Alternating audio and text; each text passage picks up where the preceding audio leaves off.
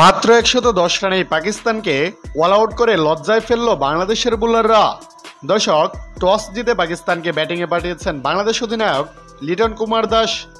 অধিনায়কের দেওয়া সিদ্ধান্তের মান রেখেছেন বোলাররা। একাদশে জায়গা পেয়েই উইকেট শিকার করলেন তাসকিন আহমেদ। ওপেনার সাইম আইয়ুবকে মুস্তাফিজুর রহমানের ক্যাচ বানান তিনি। সাইম করেন 6 রান। বাংলাদেশের বিপক্ষে আগের ম্যাচে সেঞ্চুরিয়ান মোহাম্মদ হারিসকে সাজঘরের পথ দেখান শেখ মাহদি। 4 রানে শামীম হোসেনের হাতে ক্যাচ দেন হারিস। অধিনায়ক আগা সালমানকে 3 রানে আউট করেন তানজিম সাকিব। উইকেটের পেছনে সালমান হন লিটনের তালবন্দি। তাতে পাওয়ার প্লেতে চতুর্থ ব্যাটার হিসেবে বিদায় নেন হাসান নওয়াজ। রানের খাতা খোলার আগে মুস্তাফিজুর রহমানের বলে রিশাদ হোসেনের ক্যাচে পরিণত হন তিনি।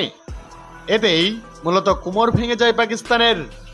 এরপর বাংলাদেশের বোলারদের বোলিং তাণ্ডবে কুপোকাত হয়ে যায় পাকিস্তানের ব্যাটাররা।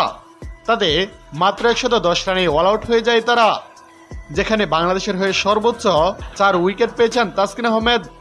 2টি করে উইকেট পেয়েছেন কাটার মাস্টার মুস্তাফিজুর রহমান।